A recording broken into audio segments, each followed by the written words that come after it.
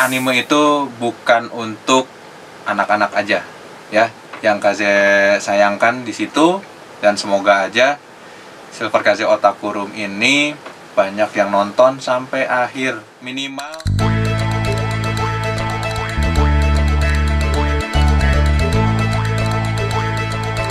Halo Sobat Kaze semuanya, selamat datang kembali di Silver Kaze Otaku Room. Dan Otaku Room kali ini Kaze akan kembali membahas tentang Tonikawa, atau yang bisa disingkat sih Tonikaku Kawaii. Dimana anime ini adalah anime yang asalkan dia lucu, yuk kita kawin ya. Sudah jalan 10 episode. 10 episode ini dari awal sampai episode 10 itu semuanya masih tanda tanya ya. Kenapa Kaze bilang ini tanda tanya? Dari pertama ketemunya aja udah aneh. Kembali Kaze riwayat mundur ya, mundur ke belakang. Itu si Tsukasa sama si Nasa itu ketemunya juga aneh. Terus Nasa sendiri punya nama itu Nasa gitu loh. Seseorang yang bakal jadi pergi ke bulan gitu. Itu menurut Kaze aneh. Kenapa Kaze bilang aneh dari awal? Soalnya ini anime tuh Kaze nggak pernah baca manganya sampai dengan episode 7 Kaze nonton. Setelah Kaze nonton episode 7 itu, Kaze udah mulai stuck, terus penasaran. Penasarannya tuh kenapa di rumahnya si Tsukasa kok ada batu bulan gitu. Terus si Tsukasa ini kok dia kalau ngomong tuh filosofinya filosofi Jepang kuno. Nah, ini sebenarnya karakter Tsukasa ini tuh apakah dia alien, bukan manusia bumi, atau reinkarnasi orang zaman dulu atau gimana?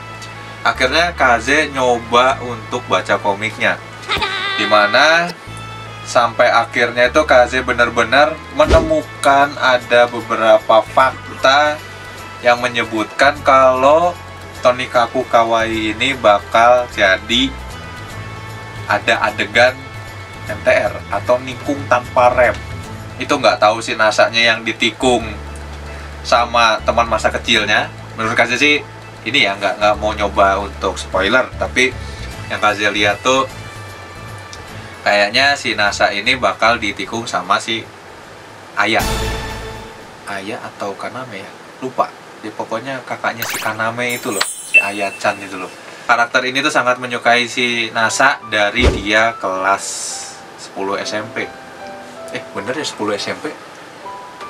7, 8, 9 SMP, 7, 8, ya mungkin sekitaran segitulah. Kalau yang di Kaze lihat sih antara SMP atau SD-an ini cinta masa kecil lah ya, cinta masa kecilnya ini. Dan tentang isu bakal ada NTR atau nikung tanpa direm ini kayaknya bakal kejadian. Intinya untuk pembukaan bahasan ini tuh Kaze mungkin cukup sampai di situ. Kalau dilanjutin Kaze bakalan spoiler yang dari manganya gitu kan. Terus juga kayaknya anime ini bakal berhenti dulu di episode 12. Artinya bakal stuck 1 season. Soalnya udah kelihatan sih klimaksnya mau kemana, arahnya seperti apa. Terus si pasangan ini, dua-duanya ini udah mulai menuju ke arah ini tuh kalian setelah nikah mau ngapain. Nah, itu yang Kaze udah rasakan dalam anime Tonikaku Kawaii ini. Dimana waktu pertama kan tadi Kaze bilang ketemunya udah seperti itu. Terus ada juga sampai yang membahas anime ini tuh asalkan ketemu langsung jadi suami istri, nikahnya sangat mudah sekali gitu loh. Terus udah mulai banyak sekali tanggapan yang negatif-negatif lah. Nikah umur muda, terus mereka mau ngapain gitu. Terus apakah anime ini bakal mengajarkan yang namanya nikah muda, habis itu kawin cerai gitu, habis kawin cerai gitu kan. Kalau mereka lihatnya dari satu sisi mungkin sepintas ya kayak gitu. Tapi yang Kaze lihat dari episode 1 sampai 10 untuk bagian positifnya, ini seolah memberitahukan bahwa di Jepang itu selama orang tuanya mereka sudah saling setuju, terus anak laki-lakinya sudah bisa pegang tanggung jawab, mereka ini sudah sah gitu loh untuk misalnya mau melanjutkan ke pernikahan. Orang tua yang perempuan maupun yang laki-laki sudah siap, mereka ini pokoknya sudah menyerahkan semuanya kehidupan itu kepada anak mereka masing-masing. Ditambah lagi di Jepang itu memiliki krisis keturunan, jadi hal ini tuh menjadi sesuatu yang wajar terjadi di Jepang. Meskipun kalau di dalam sudut pandangnya orang Indonesia, ya umur 18 tahun itu belum waktunya nikah, terus 16 tahun ya belum matang lah. Udah gitu kalau misalnya umurnya udah 20 lebih, nanti diburu-buru suruh cepet-cepet nikah, itu Indonesia. Tapi kalau orang Jepang sekalinya udah bilang saya nggak mau nikah, itu bisa sampai umur 40 atau mungkin sampai ada istilah mati dalam kesendirian. Itu ya bener aja, karena mereka kalau udah mau sendirian, nggak kayak orang Indonesia. Kalau misalnya anaknya sendirian dijejel sama orang tuanya, suruh cepet nikah lah, suruh inilah, suruh itu. Beda kebudayaan, dan ini berusaha untuk disampaikan secara halus oleh autornya atau mangakanya atau kreatornya, supaya mereka tuh bisa paham di Jepang ini kehidupan yang seperti ini tuh adalah hal yang lumrah. Ya cukuplah untuk basa-basinya ya, kurang lebih seperti itu. Terus yang kita lihat di episode 10 ini, kemajuan dari mereka yang baru menikah di malam pertama, enggak sampai malam pertama ya, maksudnya setelah mereka menikah ini kan ketemu sama orang tuanya Nasa udah, terus pembahasan hal-hal yang tabu laki-laki ke perempuan itu semuanya sudah dirasakan. Ya di episode 10 ini akhirnya kita bisa melihat sosok Nasa ini benar-benar seorang laki-laki yang tulen, dimana dia ingin merasakan yang namanya mandi bareng sama perempuan, terus lihat dalemannya perempuan gitu, terus pengen meluk perempuan, itu normal. Tapi menurut dia ada sesuatu yang salah, ini boleh nggak, atau ini tuh melanggar hukum atau enggak. Padahal dia tuh kalau sudah menikah, seperti yang saya bilang di episode 9 kemarin, hal-hal seperti itu adalah hal yang sangat wajar dan itu sah. Tapi bukan berarti anime ini mengajarkan kalian untuk nikah muda, habis itu senang-senang, dan akhirnya kalian tidak tahu planning apa yang akan dilakukan. Oke, kalau misalnya kalian baru nonton 10 episode terus tiba-tiba cuman sedikit berhenti karena mikirnya langsung, oh lu nikah muda nanti jadi ada tanggapan begini, salah. Kalau Kaze saranin sih mendingan kalian coba baca komiknya dulu, terus dipahamin ada maksud tertentu yang ingin disampaikan di anime ini, mulai dari kehidupan setelah menikah, terus cara kalian mendekatkan diri dengan pasangan kalian itu seperti apa, terus membangun bahtera rumah tangga itu kayak gimana, itu akan dimunculkan secara perlahan-lahan di anime ini. Jadi anime ini ketika nanti ada unsur nikung tanpa rem atau ada masuknya orang ketiga ke dalam rumah tangga, itu akan dimunculkan.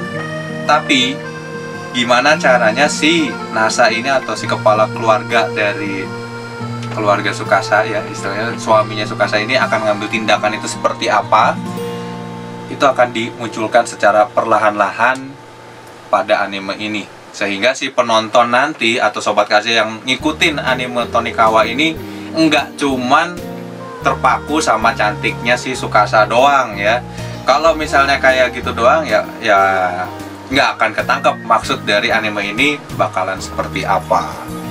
Kurang lebih sih pendapat Kaze setelah nonton episode 10 ini, pendapat yang tadi itu bisa Kaze keluarkan. Intinya sih seperti itu. Sip, kalau begitu untuk bahasan Silver Kaze Otaku Room kali ini di Tonikaku Kawaii episode ke-10 mungkin sampai situ dulu. Jadi Kalau misalnya kalian punya pertanyaan mengenai Tonikawa yang dari episode 1, kalian boleh tinggalkan di bawah kolom komentar. Kemudian kalau ada pertanyaan kayak gini, ini KC bakal langsung jawab ya. Bang, itu pendapatnya Bang Kazi itu dari mana? Terus kenapa Abang bisa bikin narasi cerita kayak gitu? Jawabannya simpel. Pertanyaan kalian ini adalah sesuatu yang KZ tonton langsung dari episode 1 sampai episode 10. Kemudian sesuatu yang KZ sampaikan ini adalah beberapa hal yang mungkin sudah KZ alami. Terus mungkin ada kesamaan di anime Tonikaku Kawaii ini. Ya bedanya sih, kalau di Tonikaku Kawaii itu karakternya mulus langsung nikah, nah KZ kagak gitu ya. Kalau intinya kayak gitu. Tapi ya sudahlah, itu mah bagian yang lain ya. Kurang lebih KZ jadi dapat sesuatu yang bisa di-sharing ke kalian. Terus juga pendapat ini adalah pendapat yang murni punya KZ. Jadi kalau misalnya kalian yang nontonin Tonikaku Kawaii terus nonton segmen Otaku Room di sini, kalian bisa saling nulis pendapat itu di bawah kolom komentar. Kalau misalnya kalian bilang, Bang, saya nggak suka di anime ini tuh ada kayak gini, kenapa Abang bisa suka? Nah, di next pembahasan KZ, kalau misalnya masih ada space waktu, KZ bakalan jawabin komentar kalian. Terus juga itu adalah solusi yang KZ sampaikan live. Langsung setelah baca, KZ pikir dulu kalau misalnya itu layak untuk ditampilkan, KZ akan bacakan, kemudian KZ bakal kasih pendapatnya dari KZ. Contoh, kalian bilang tadi nggak suka gini. Nah, menurut KZ nggak sukanya tuh kenapa, dan di bagian itu tuh ada maksud seperti ini. Itu pun KZ akan nyampein kalau memang KZ pernah mengalami hal tersebut, atau KZ sudah tahu atau pernah dapat cerita yang seperti itu. Jadi KZ bisa ngasih solusi buat kalian. Apalagi Tonikaku Kawaii ini bisa dibilang tuh kayak edukasi khusus untuk seseorang atau pasangan yang baru menikah. Jadi ini anime bukan anime untuk tontonan di bawah 18 tahun ya. Kalau misalnya kalian maksain nonton di bawah 18 tahun ya, kasih harap sih kalian cuman jadi fandom pada salah satu karakter aja. Kalau disuruh lebih dalam, lebih paham tentang anime ini mungkin sangat berat, karena di sini bakal banyak sekali hal-hal yang menurut kalian tuh belum pernah kalian alami satu kali pun. Misalnya apalagi kalau yang anak SMP ataupun anak SD. Jadi kesimpulannya KZ menyampaikan ini di dalam Silver Kazi Otaku Room itu, anime itu bukan untuk anak-anak aja ya.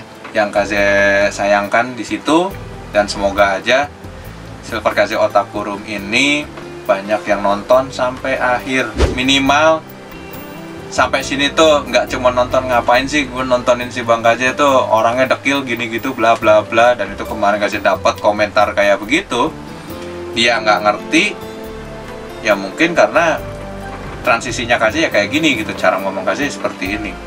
Cuman kalau misalnya kita masukin ngobrol terus dibikin alay, yang ada penonton itu lebih fokus ke alaynya sih yang ngomong ya. Intinya lu kalau wibu ya ntar gue jadi aneh. Nah kayak gitu KZ nggak mau.